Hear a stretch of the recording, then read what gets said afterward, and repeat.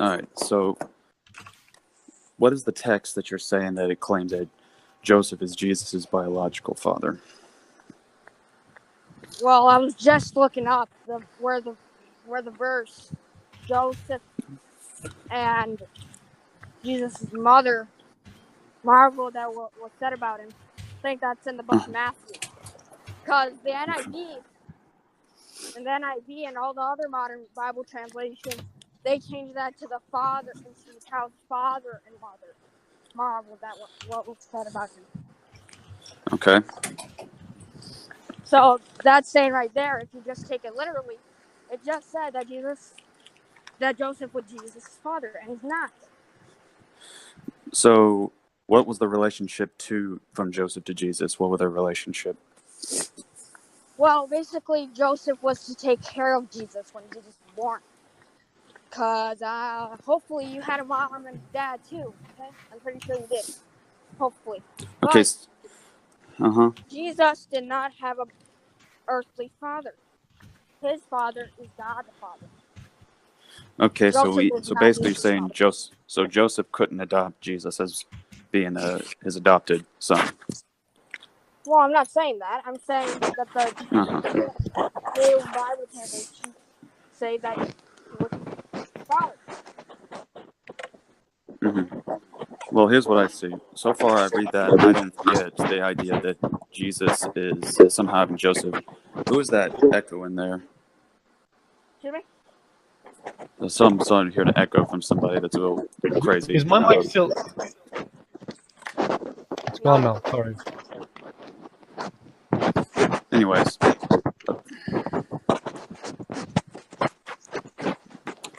I think that's coming from you, actually, Guz.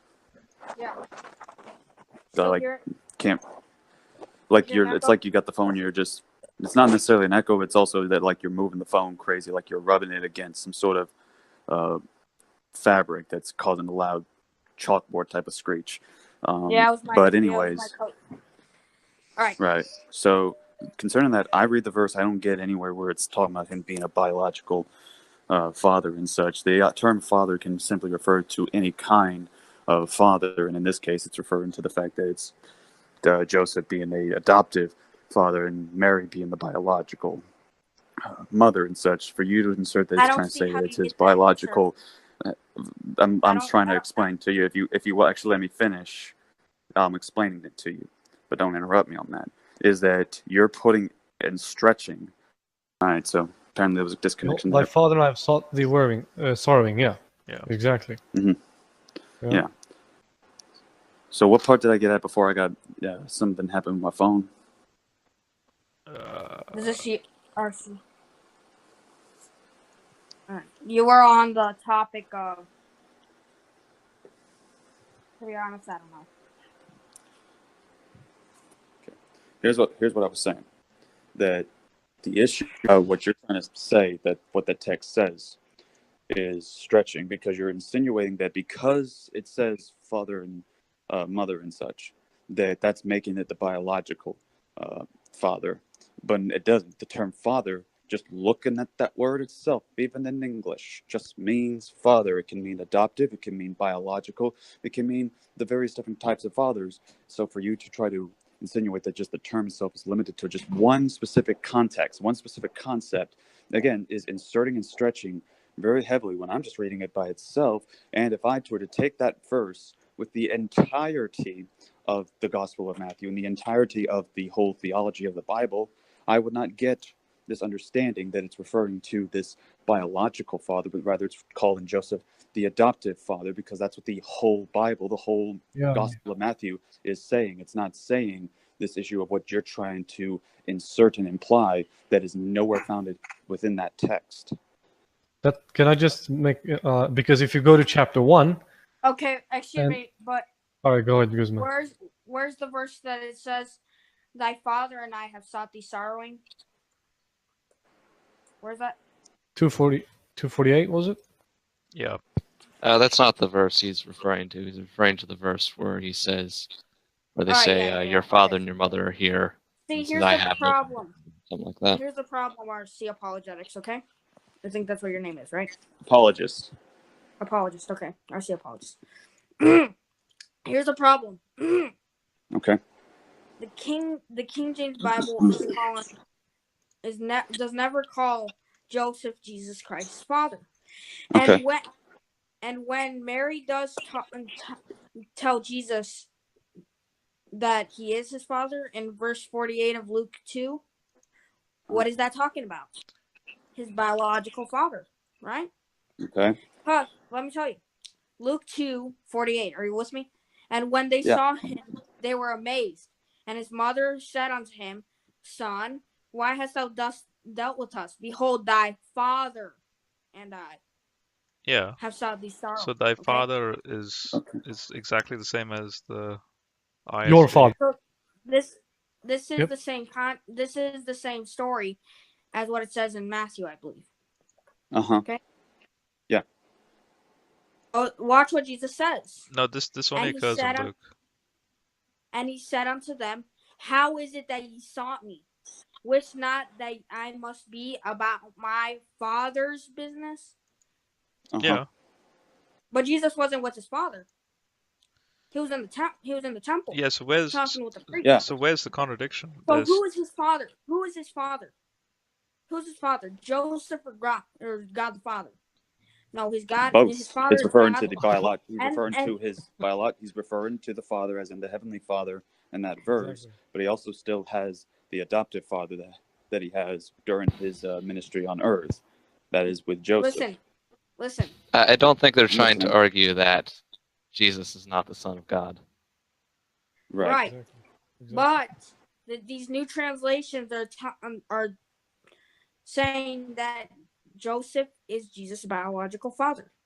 Cause No, it's not. No, it's not. Yes, it does. Quote- Yes, it does. quote me Okay, the- listen Can you to me. cite me Listen, any if you scholar? let Can you me cite me a finish, scholar? if you let me finish, I can explain. Okay. Right. When it says Jesus' father in the book of Matthew in these new translations, it says Jesus' father in Luke 2. Okay. So it's the same thing. What's okay? Wait. So when What the is King it? James says, "Thy father and I have sought thee," that's the same wording as in the NIV, the ISV, the ESV. Yes. Right. So But where's it's a the different contradiction? wording in the book of Matthew. It's a different wording in the book of Matthew when it says, and the child's father and mother were marveled at what was said about him. Which What verse is verse this? in Matthew are you referring to? You don't know? It's in the book of Matthew. You're the one making a claim. We would assume you too know. Let me find it real quickly. Because here's the thing: the whole idea that says that this is trying to say that these new translations are trying to say that that Joseph, they're trying to make Joseph be the biological father of Jesus, is about as equivalent as the drunk professor that claimed that the Bible teaches that the father raped Mary and Mary gave no consent. It's about as ridiculous and ludicrous as that. You'd have to be high to believe that this is honestly the legit intentions of the people when you have no evidence to support that, even though you're the one who kept insinuating earlier, provide sources. You too provide sources that was the intention behind these people when you're just simply, again, putting insertions in like typical King James only advocates do, like I used to be. Me too. So what are you against King James only? I'm against King James only because I'm against it because it basically is doing an idolatry worship of the King James. It basically abuses and distorts and bastardizes and perverts the King James only and the King James version of the Bible, that even the King James translators, if you were to meet them, they would be appalled, disgusted, and abhorred with how you would treat that translation of the Bible and say that you are committing that sort of blasphemy, if you will. You can still make that face all you want, but I've done the look and I've done the research into the matter. Doesn't the Bible say in Psalm chapter 12, in verse 6, that the words of the Lord are pure words, as silver in the furnace of earth, purified 7 times? Thou shalt keep them, O Lord. thou shalt preserve them Do from you even this know the generation. Yeah. context of Yeah, that? 7 yeah. times in the fire. Yeah. Let's All right, go with listen. this. Hold up. All right, I all right. like the fact that he brought this But up. I you like the guys fact are that he saying brought this you. up. Let me What's let me better, show the you how King you're James going Bible to. or the NIV? What's better? Tell me. It's not talk again. This is where they would just like the old King James version people What's would better? school you. They would school you at this What right is now. Let me show better? you from the. Hey, Can let someone me answer finish. me? What is One better? one the sec, King James? guys. I'm about to Let's I'm about to let's give just an answer one here. sec. You let Let's me just finish. Guys, You know, let's calm down. let's calm down. Yeah, everybody. yeah, because I was in the middle of talking and giving an answer, and Guz is going to want to keep interrupting me at this point. So let me answer Psalm chapter 12 from the King James version to show why this isn't referring to Bible translation. This is just referring to the Word of God in general, which talks about his Exactly. just words in general. Let me finish, buddy. Word Let me of finish, God. kid. Psalm chapter 12, verse 1. Help, Lord, for the godly man ceaseth, for the faithful fail from among the children of men. They speak vanity, every one with his neighbor. With flattering lips, with a double heart do they speak. The Lord shall cut off all flattering lips, and the tongue that speaketh proud things. Who have said, with our tongue we prevail? Our lips are our own. Who is Lord over us? For the oppression of the poor, for the sighing of the needy. Now will I arise, saith the Lord. I will set him in safety from him that puffeth at him. So here are the verses before it, and the context there so far is that there is a people that is puffed up and in vain and such, and for the oppression of the poor, the sighing of the needy. Now here comes the Lord who says, I will set him in safety, defense from him that puffeth at him. That's when we see, okay, I, the Lord, say this to you, and I want you to know this is true because, verse 6, the words of the Lord are pure words, as silver tried in a furnace of earth, purified 7 times. 7 refers to that of a issue of something that is usually in a form of majesty. You see this 7 language used everywhere else, not referring to it 7 times, different translations and such, as others would insinuate. 7 is just another fancy way of saying that this is reliable, this is sacred, this is holy. Verse 7, thou shalt keep them, O Lord. Who is them? Verse 5, the poor, the needy, of which he's going to put them in safety from him that puffeth at him. And then verse 8, the wicked walk on every side, when the vilest men are exalted. This is from the preaching of the King James Version of the Bible, that text is not referring to simply written down scriptural words. It's referring to just the fact that the word of the Lord is somewhat something we can trust. If the Lord says he's going to protect us, we can trust him because the words of his promises are just as what was described in verse 16 to 7. And That just is what the context can I is. can I Decrees. just You can can I say just decrees. yeah can I just Go ahead, John. chime in here as well? Notice, Yeah. thou shalt preserve them from this generation. So if it's talking about people, we're talking about a generation, which, don't forget, this is a Davidic psalm. David's writing this. So yeah, RCA is right on point with that. This is speaking about the people being safe. I agree. So David was not thinking of a Elizabethan King James, like a Shakespearean English translation.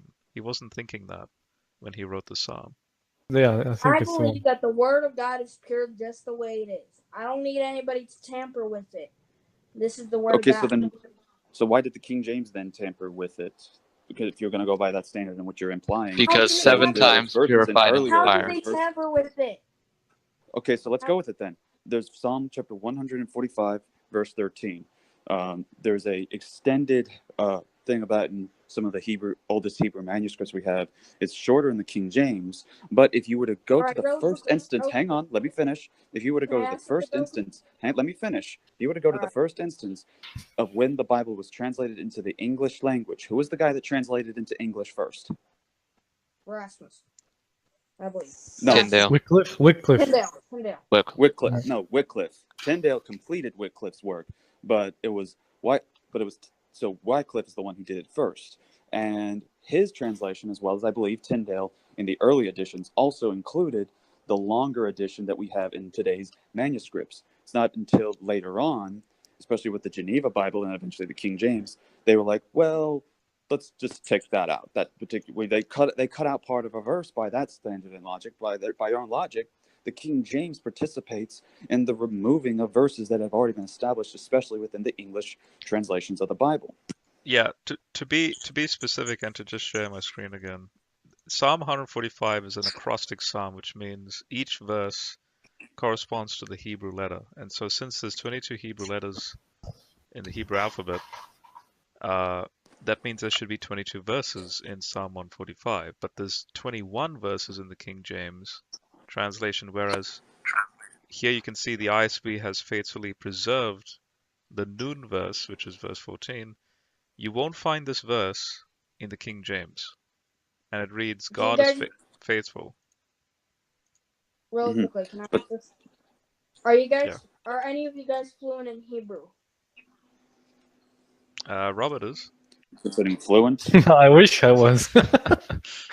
No, I don't, I'm I not fluent in speak Hebrew. Neo-Aramaic, so it's... The translators of the King James Bible, the versions before the King James Bible leading up to the King James, they spoke Greek, Hebrew, and many other languages fluently. Erasmus, Tyndale, they all spoke more than 15 languages fluently. Okay. Yeah, sure. And So are you going so to did go the with other your people own before wisdom? him. Are you going to go with your own wisdom, or are you going to go with somebody that knows Wait. more than you do? Okay. Asi, Wait, hold up. Hold up. let me You guys are Let me going with your own point out let wisdom. me ask him let him do this exercise. So Guzman, read verse 13 and 14 for us from the King James translation of Psalm 145. 100, Yeah. 13 and 14. Yep, and then Kingdom is an and then once you've done that, then look at my screen and look at the highlighted verse and see if it is in your King James translation. So read your translation and then read mine. the Lord of verse 13, right? Thy kingdom is an everlasting kingdom, and thy dominion endureth forever, throughout all generations. The Lord upholdeth all that fall, and raiseth up all those that be bowed down. Okay, so why is the King And yet, James missing the verse that I've highlighted?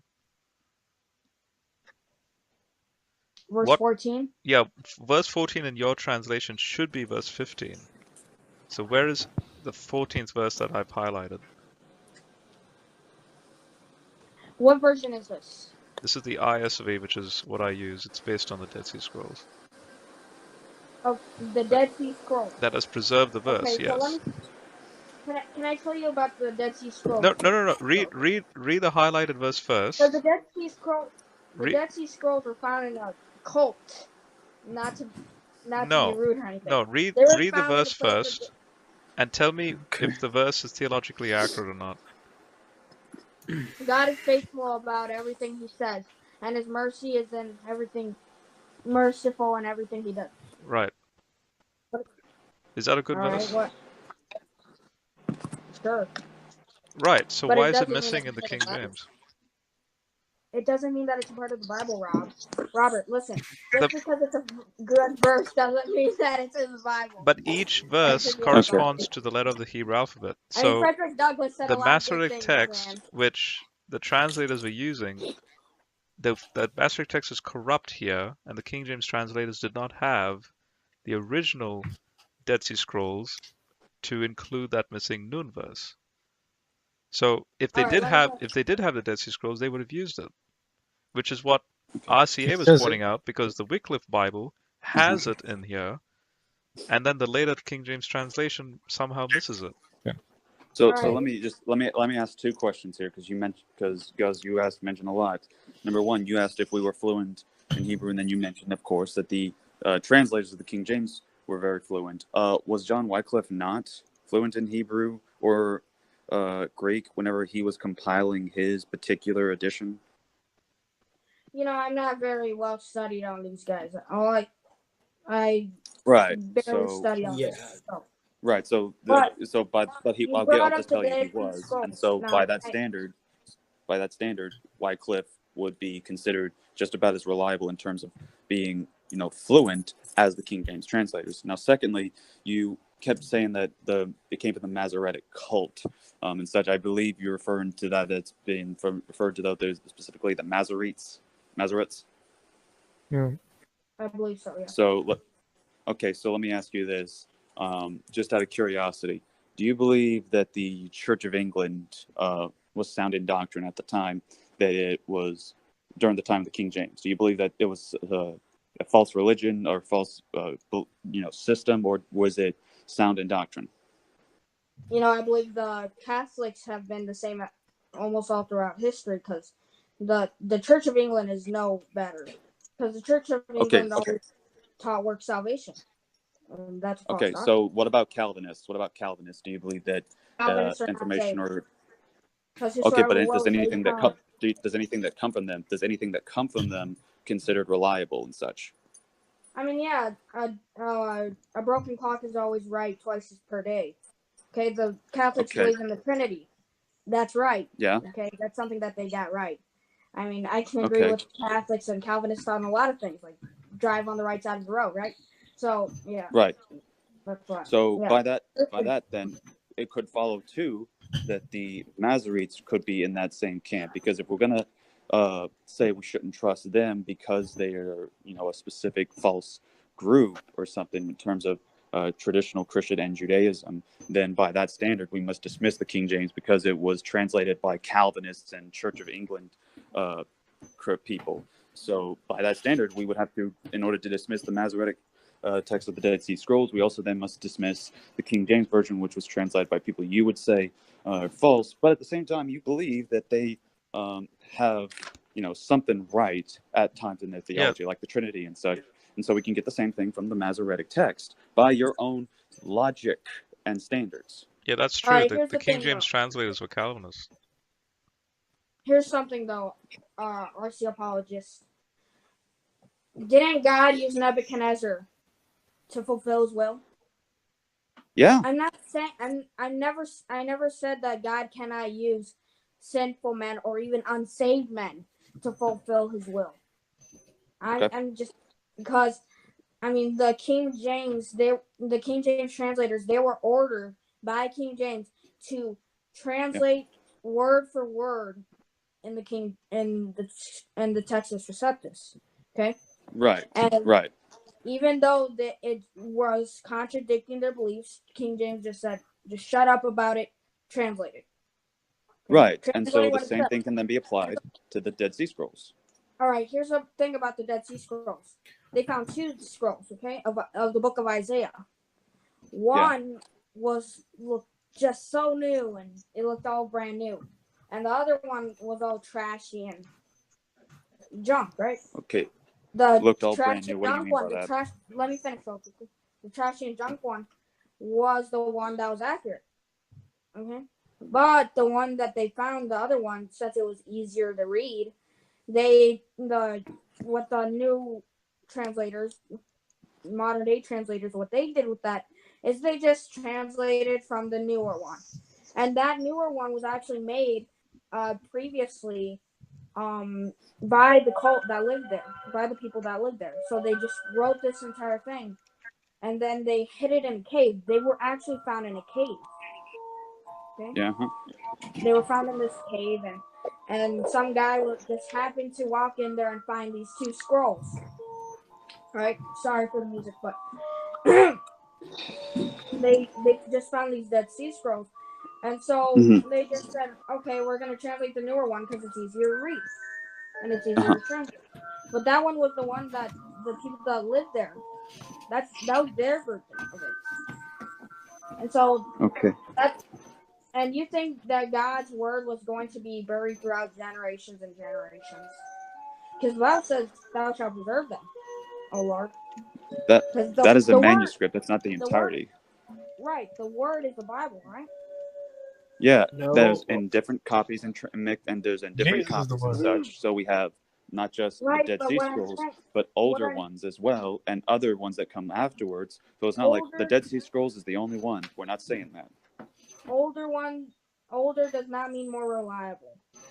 Okay, I never made that claim at all. Actually, I never made that claim at all. That's a straw man that you're trying to put into me.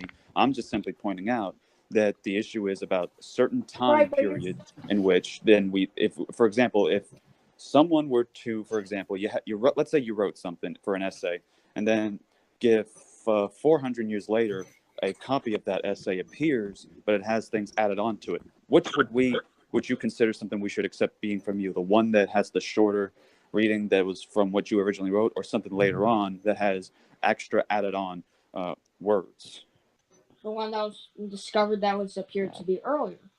Exactly. Okay, so that's my Yeah. point. Is the issue is we're Well, talking my about that point- when don't see this, like for example, 1 John chapter 5 verse 7 instance where it's talking about the issue of as it says in the King James, until like it doesn't appear in the Greek until the like 13th 14th century. It only appears in the 2nd to 3rd century, not in Greek manuscripts in which the authors originally wrote in, but in copies that were distributed to other churches from the 2nd to 3rd centuries when they started appearing. I already did a video response to a King James only advocate on this, in which he goes to these manuscripts, but I point out that this isn't a standard of reliable information to just simply go to this. So I'm very familiar and done my homework and research on this whole thing, and even utilize the research that they've tried to do.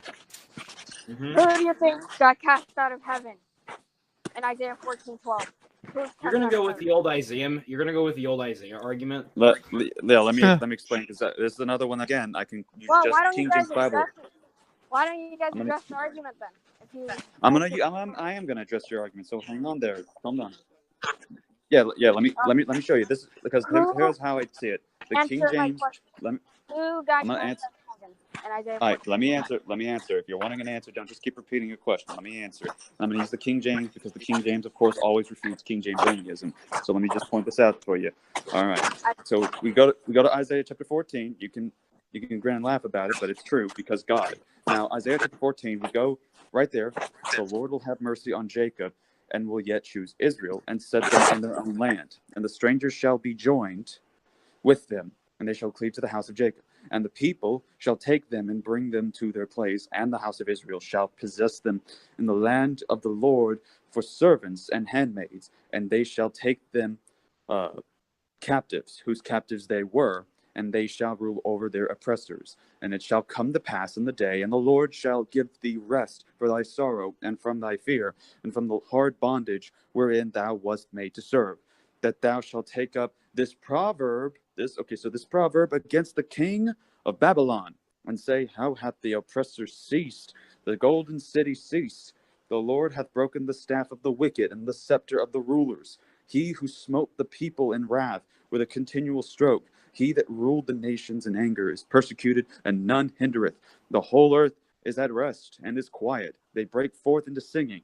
Yea, the fir trees rejoice at thee, and the cedars of Lebanon, saying, since thou art laid down, no fellow is come up against us. Hell from beneath is moved for thee to meet thee at thy coming. It stirreth up the dead for thee, even at all the chief ones of the earth. It hath raised up from the thrones of all the kings of the nations. All they shall speak and say unto thee, art thou also become weak as we? Art thou become like unto us? Thy pomp is brought down unto the grave, and thy noise of thy viols, the worms is spread under thee, and the worms cover thee. Okay, here it is. How art thou fallen from heaven, O Lucifer, son of the morning? How art thou cut down to the ground, which didst weakest the nations? For thou hast said in thine heart, I will ascend into heaven. I will exalt my throne upon the stars of God. I will sit also upon the mount of the congregation in the sides of the north. I will ascend above the heights of the clouds. I will be like the Most High. Yet thou shalt be brought down to hell, to the sides of the pit, that they that shall see thee shall narrowly look upon thee and consider thee, saying, is this the man that made the earth to tremble, that did shake kingdoms, that made the world as a wilderness and destroyed the cities thereof, that opened the mouth of the house of prisoners? So all we see right here, and you can keep reading if you want to see more context, this isn't referring to the devil, because if you keep reading, he's the reason that he is getting this whole thing of the whole mocking passage is that he said he's going to ascend. What further can you do to ascend when you're in heaven? No, this is referring to an earthly ruler who we covered in the earlier verse is the king of Babylon. The king of Babylon who claimed, I am God, worship me, look at me, I'm the one who created the world, I'm the God. And so as he's boasting and bragging, God sends a curse upon him and uses this very rhetoric and very strong language, making fun of him, saying, look how you have fallen, you supposed mighty God. You have fallen, and now people are going to look at you and mock you and scoff you because of your pride, because of your arrogance.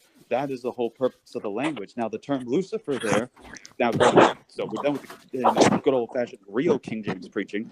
The word Lucifer that is used there is not understood and hasn't been understood by people to be referred to the devil in the early days. Rather, that's referred to the Latin verse, which is, the guy Erasmus didn't know how to translate that particular one, and he was using the Latin Vulgate. And so he used, okay, I'm just going to use the Latin word, which was Lucifera, which just simply means light bringer. That's what the word means. If you know Latin, and you can even look up it in the Latin dictionary, it means light bearer, or even in the 1611 King James that has the footnotes, the King James themselves say that Lucifer just means, day star. So there you go. So basically, any like a lamp or a fire or even a planet like Venus, because again, as Arcia pointed out, Babylon saw the morning star as the first light, which meant Luciferios, which is in the Latin Vulgate. So it just means a light source or like a luminescence object. That's all it is. So the point is, the king of Babylon wants to become divine. He wants to become luminous, like the stars of God.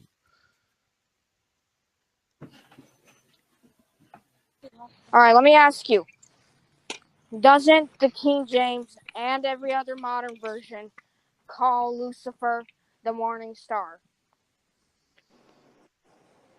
Called Lucifer the morning star. The issue is the word Lucifer is only found within the early translations and such. You know what I mean? One second, Arcia. It's not referring to Satan. No. Arcia, 1 second. It's more specific. No, Guzman, notice what you just asked. What is the morning star? Isn't it Satan? No. Think astronomically. Why does it say morning star? What would be the morning star? What do we call the morning star?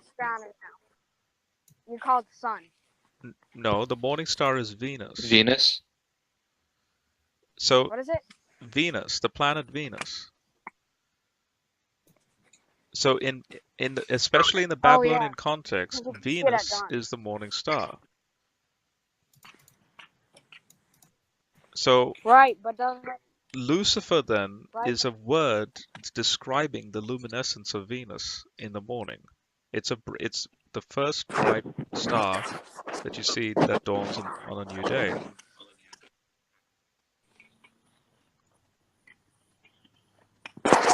It's not. I mean, I personally hold to there's a parallelism there that Isaiah 14 is about the king and Satan. But that doesn't mean that the new translations that say day star, it doesn't mean that they are wrong. They're just as accurate as the King James. You could call it Lucifer, you could call it day star. It doesn't matter. It's the same object. What? So, how did it translate it in the Septuagint? Phos, I think, Phos. Okay. Yeah, something interesting. Like that. Yeah. Let me check. Let me see. So Guzman, what's your question? And they took it from the Latin, so it's not even a Hebrew word. Yeah. Because in the Vulgate it's Lucifer, something like that. In Hebrew, Hillel ben Shekar is what it says in Hebrew. Believe Lightbringer. No, Hillel, son of Shahar. Guzman, guess who else is called Morning Star? Which in this case is communicating luminescence. In the book of Revelation, Jesus is called the morning star. Yes, exactly. Why? Because Jesus is divine. Right. So it's not saying that the day star in Isaiah 14 is Jesus. It's not saying that at all. It's just saying that the king of Babylon wants to become divine. Mm-hmm. And God's making fun of him of it at this point, and that's where the whole polemic language is. And in Isaiah 14, it's basically the whole chapter within the regard, if you're looking at it, is a mockery and is using the language that originally he used to describe himself. Now, another point, if we want to then point out it's a title that only is explicit and only used of a certain individual, another case can be made that if you look for the rider of the white horse, there are two instances where at one point you can't ignore the fact that it refers to Jesus. And then in another instance, a rider of the white horse referring to that of the devil, the Antichrist. So you have two instances where the rider on the white horse is referred to two different types of people. So even in that regard, a title or something, if you want to call it that, can refer to different people in different contexts and such for that, if you do want to insist that this is referring to the devil. By the way, Han, can you confirm this? It says, I was checking some commentary, so it says the New Oxford Annotated Bible suggests the correlation with the Canaanite myth of the gods Helel and Shahar, morning star and dawn, who fall from heaven as a result of rebellion. Have you read anything on that? Yeah, that's fine, yeah. Okay, cool. Also, All right. Christians are said to become the morning star in Revelation 2 and 1 Peter as well. So we become divine in Jesus. There are many morning stars in Job 38, the angels of God.